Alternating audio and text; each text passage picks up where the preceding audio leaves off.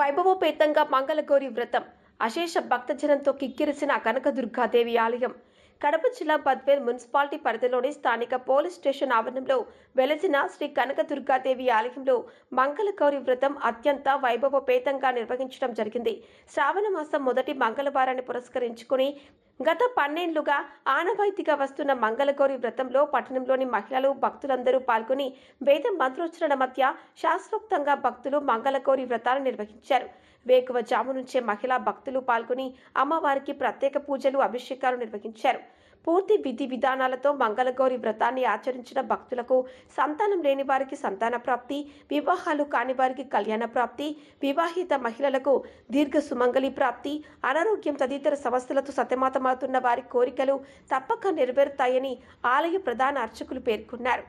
వేకువజాము నుంచి అశేషంగా తరలివచ్చిన మహిళా భక్తులతో ఆలయ ప్రాంగణం కిక్కిరిసిపోయింది. ఆలయానికి వచ్చే భక్తులకు ఎలాంటి అసౌకర్యాలు కలగకుండా ఆలయ కమిటీ వారు ప్రత్యేక చర్యలు తీసుకున్నారు. అనంతరం మధ్యాహ్నం భారీ ఎత్తున అన్నదాన కార్యక్రమాలు నిర్వహించారు.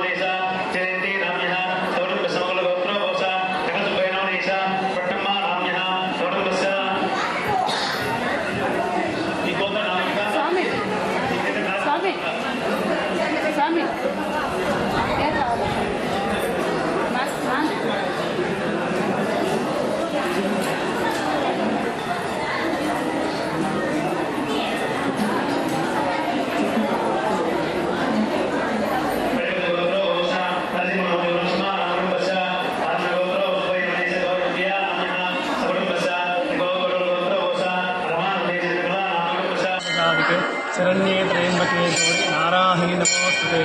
नवदुर्गां महाकालीं ब्रह्मविष्णुशिवात्मिका त्रिकालज्ञानसम्पन्नां नमामि भुवनेश्वरी।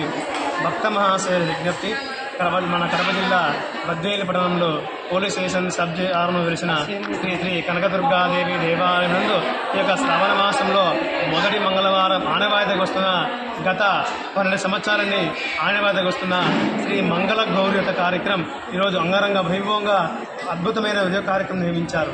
మరి ఈ యొక్క మంగళగౌరి కార్యక్రమంలో భక్తులు అధిక సంఖ్యలో పాల్గొని సంపూర్ణంగా వాళ్ళ కోరికలు నెరవేరాల కోసం ఈ యొక్క నోములు నోచుకొని సంపూర్ణంగా దీర్ఘసుమంగళి ప్రాప్తి కోసం ఈ యొక్క నోములు నోచుకుంటూ ఉన్నారు.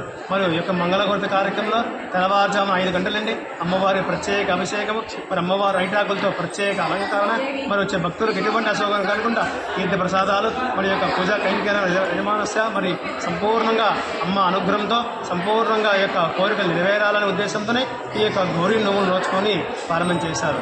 ఇది ఆనవాయితీకి వస్తున్నారు. ఈ యొక్క గౌరీ నోములు ఎందుకు చేయాలి అంటే వివాహం కానీ వారి వివాహం కానీ మన సంతానం లేని వారి వైభవంగా అధిక సంఖ్యలో పాల్గొని ఈ యొక్క గౌరీ నోములు నోచుకున్నారు. కావున ప్రతి ఒక్కరూ ఇలాగే ప్రతి సంవత్సరంలో అమ్మవారి గౌరీ నోములు నోచుకొని ఈ యొక్క వాళ్ళ కోరికలు నెరవేరి అమ్మవారి వేడుకొని సంపూర్ణంగా అమ్మ అనుగ్రహం పొందాలని అమ్మ కృపకు పాత్రగా కోరుతున్నారు. ఈ యొక్క ముఖ్యంగా ఈ గౌరీ నోములు దీర్ఘసుమంగళి ప్రాప్తి కోసం రక్ష కలిగి అష్టైశ్వర్యాలు ఆ యాజ్ఞ అమ్మవారి కృపకు పాత్రగా కోరుతున్నారు. ఓం శ్రీ స్వస్తి శ్రీ మాత్రే నమః.